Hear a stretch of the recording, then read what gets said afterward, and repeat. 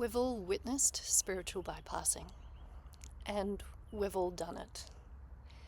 But as more and more gurus, spiritual leaders are exposed as representing themselves very differently to how they behave in private, it becomes more and more important, or at least we're realizing the importance of integrating spiritual bypassing into our svadhyaya, or self-study.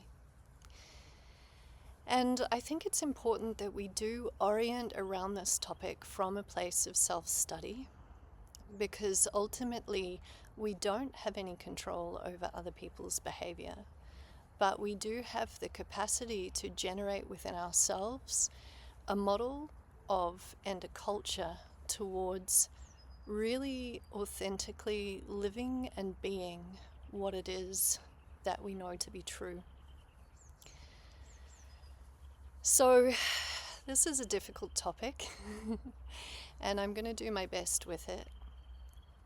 Perhaps you might agree with some of the things that I'm about to say, and perhaps you won't. But I think the important thing is that we're both showing up for this contemplation, this recognition. And so if I start with the concept of spiritual bypassing itself, I think there's some problematics around this term, or the way that we use it. And there's also a real polarity in the way that spiritual bypassing might be expressed. So what do I mean by that? I mean that on the one hand, we have many examples of, let's say, male spiritual teachers who have been abusive to people who follow them, and who have used their spiritual social power for their own ends, for the gratification of their own ego and desires. That's on one extreme.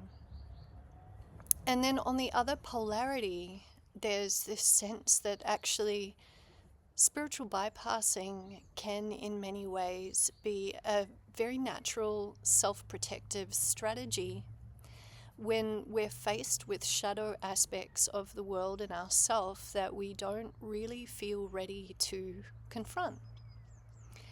And we need to have some compassion and understanding at that end of the spectrum for why it might take us some time to enter into certain self-reflective capacities. We do understand the way that complex trauma, for example, can really affect our ability to face certain situations and aspects of our lives that have influenced our present day behavior. And if we're not ready for that and we go back into that material, it can be re-traumatizing, and it can sometimes compound the behavior rather than relieve us of it. And so if we start to look at spiritual bypassing less from the perspective of this fixed phenomena, and more from a spectrum of dissociative tendencies that the human being has.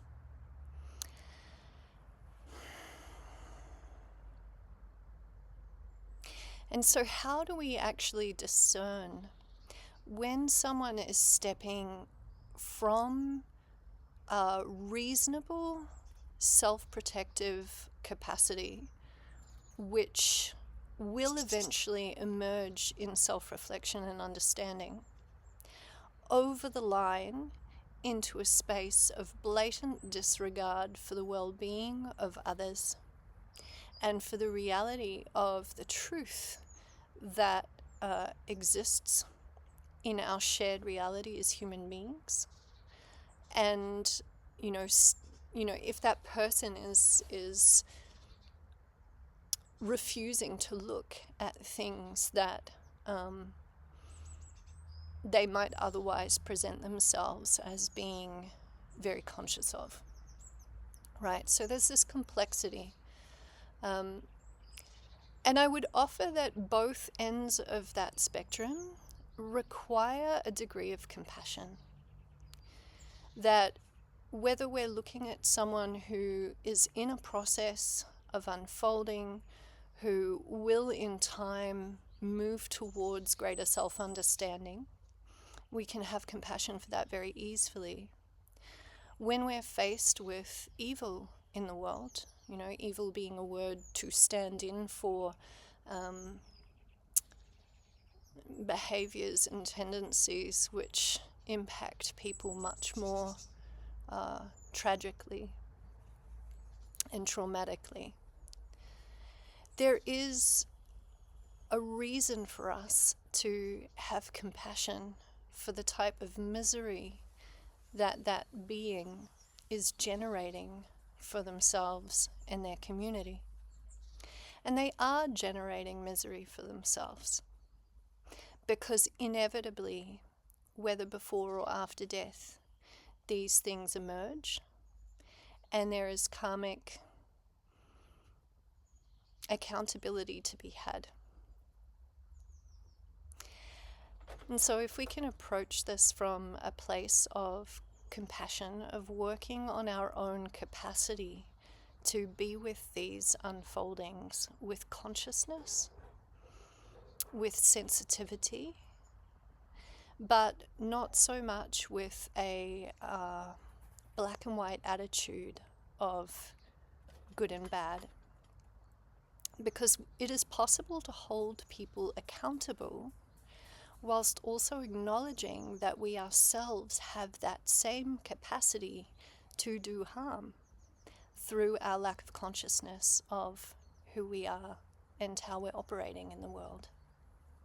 And this is a really important aspect of the spiritual path, because if we view ourselves as better than or more pure than other people, we actually put ourselves at risk of doing that same bypass, having that same lack of accountability in our refusal to look at our own shadow. So whilst, yes, we absolutely as a community need to stand up and demand accountability from people who misrepresent themselves and the spiritual path,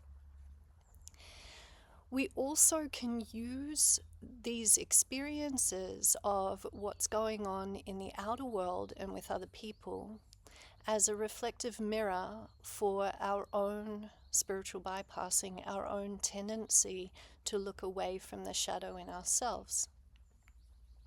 And if we begin to operate from that place of actively using that material to work on ourselves, we're moving towards a culture in the spiritual world where those folks who have caused immense harm, immense pain, immense suffering, will eventually be exiting this life and this community, and the community that replaces them will be much more equitable, honorable, and honest about who they are and what it is that they're doing. So if we think about our relationship to these gurus, these spiritual leaders who have misrepresented themselves and who have caused suffering, as a way for us as a community to uphold our values and to step into a space of immense self-honesty.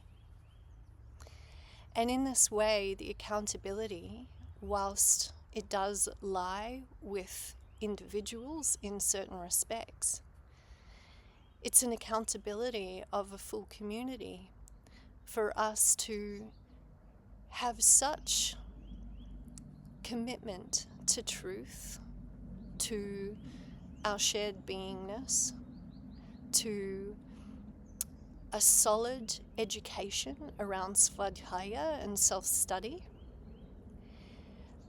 in order to prevent spaces and inequitable power in the communities where this sort of thing might generate and thrive in the shadows.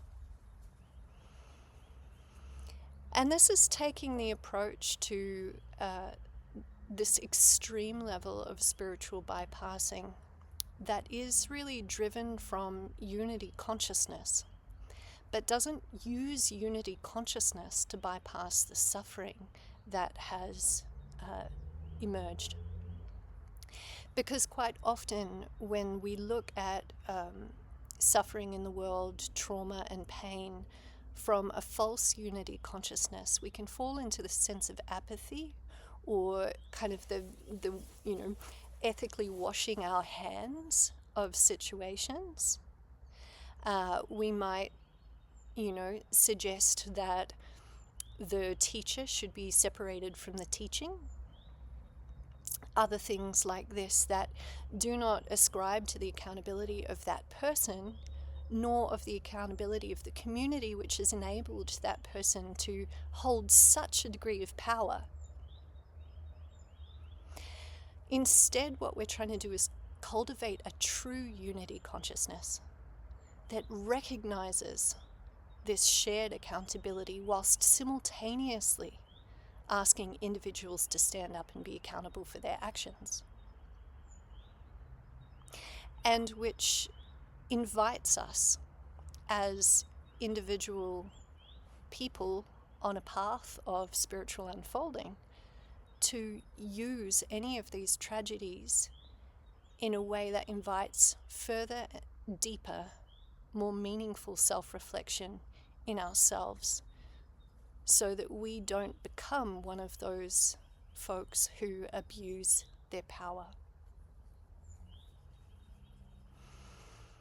I hope this makes some sense to you, and it can be certainly convoluted and very complex to address. I don't want to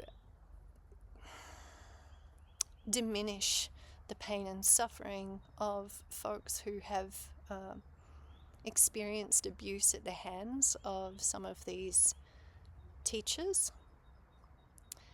And I also don't want to perpetuate a type of polarity that doesn't acknowledge our own capacity for shadow.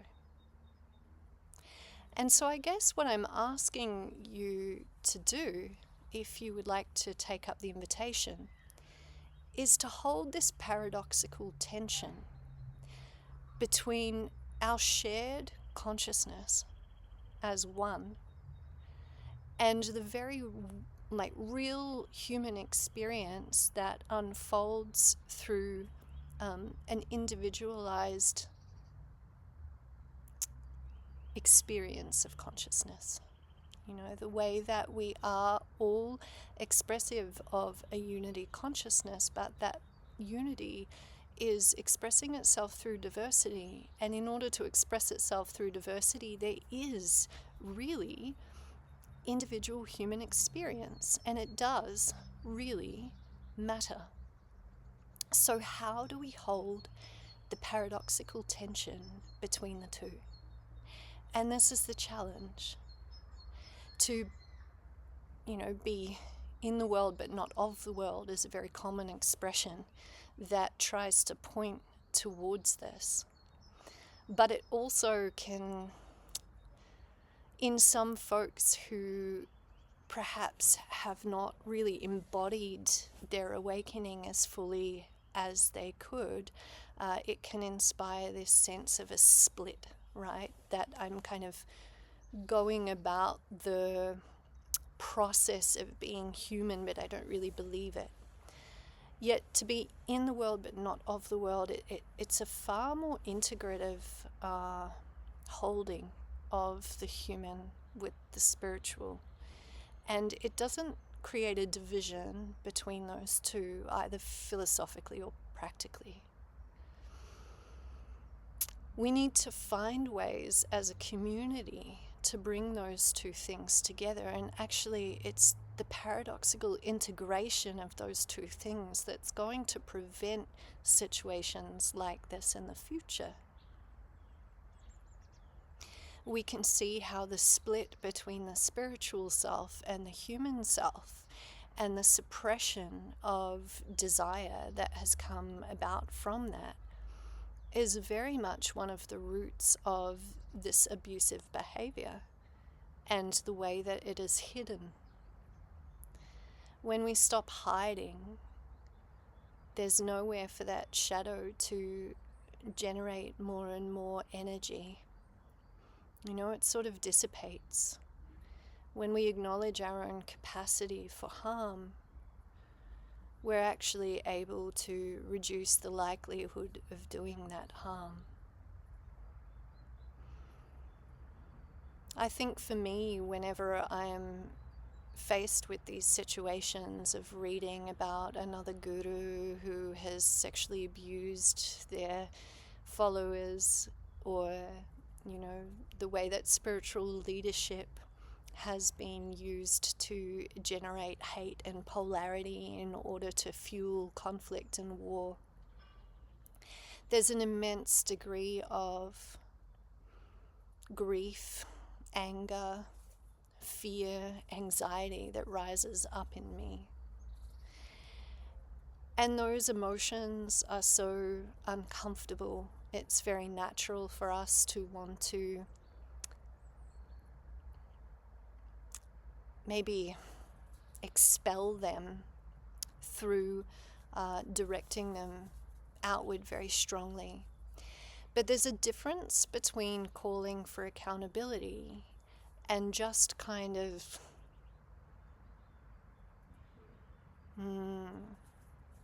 purging. And of course there's a place for purging. But if that cathartic expression of anger actually increases polarity, then what it does is it pushes that which is shadow, which is perhaps unseemly, further into the dark. It discourages folks from being honest about themselves. And so we can be holding people compassionately accountable by making space for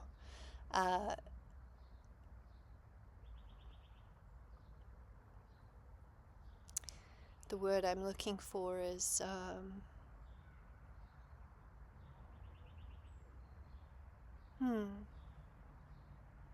admission. We don't want to make space in a way that creates infamy or amplifies the story of perpetrators. But we can make space for their admission. We can make space for their willingness to come forward and be honest about what has unfolded. And that's a really important thing, because without that spaciousness for people to be honest,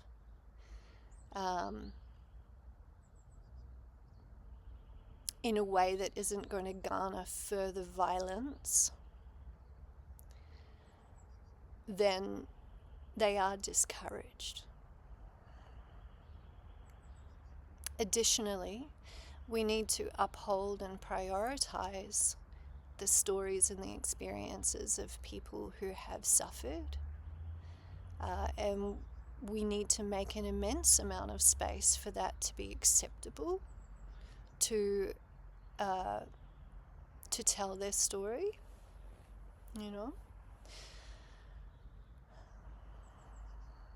But most of all, more so than those first two things, we need to make space for our own self-reflection as people and as spiritual communities, to reflect on our own shadows and our own contribution to the perpetuation of these power structures which do so much harm. And actually, if that is the priority, we will prevail in creating healthier communities. To grieve the past, to be honest, to see things as they truly are,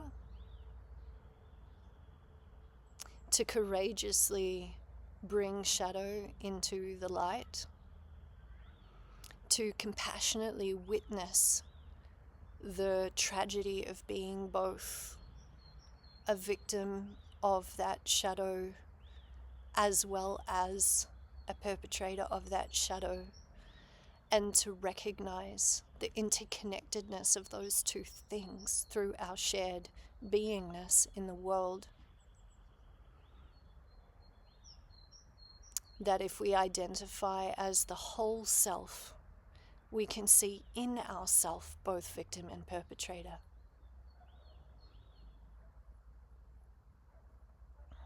And that's uncomfortable. That's really uncomfortable. But the whole self needs to be seen. That's the whole purpose of awakening, is to acknowledge that wholeness.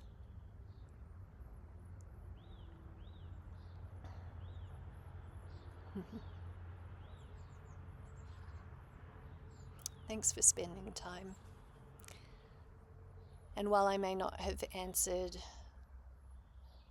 any particular problems or solved anything, that's not the purpose of this.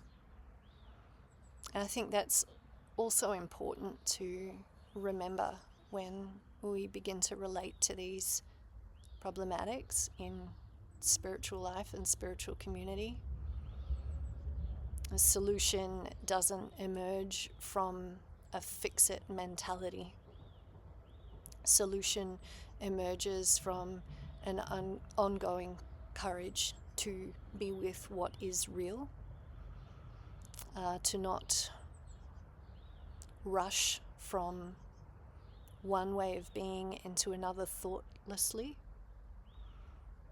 That quite often, when we do try and create very rapid solutions to challenges in life, we just face more problematics or an inverted power hierarchy, right? So let's just take our time. Let's acknowledge. Let's honor the shared beingness that has brought us to these places.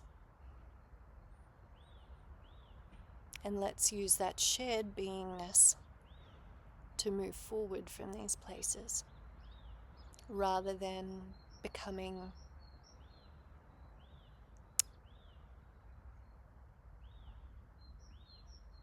avoidant of the truth through spiritual bypassing, nor of excessively polarizing our communities through such a profound, hateful responsiveness.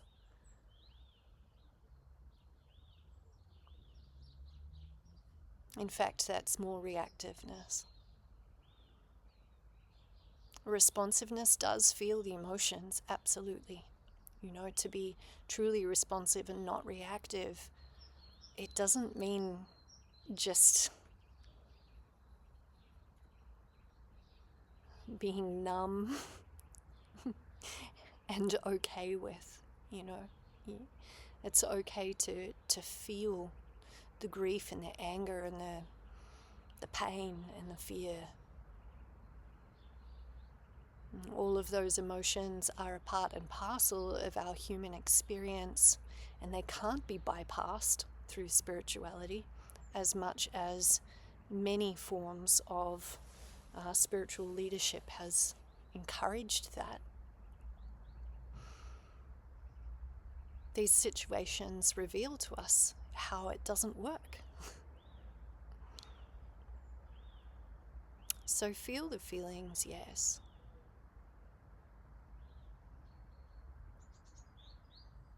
But allow those feelings to turn you back inward to see your own capacity so that you can become an environment which is safer, more honest, and more truly in unity with consciousness. And that, my friends, is how we're going to make safer communities for the spiritual.